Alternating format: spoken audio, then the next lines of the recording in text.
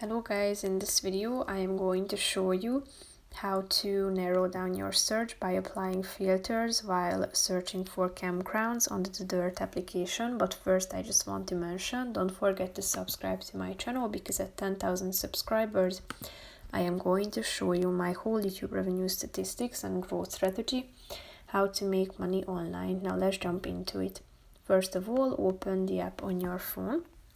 After that, you should tap on this search button down below and then click on the filters button at the top. Select the site type, tap on the boxes until the checkmark icon appears in them, meaning that they are selected.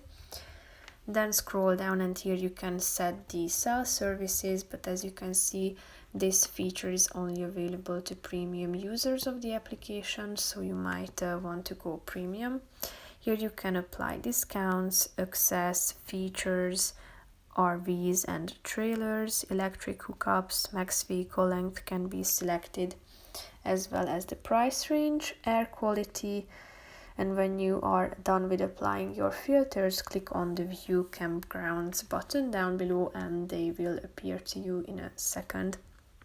So that's pretty much it for this video, guys. See you in the next one. Bye bye.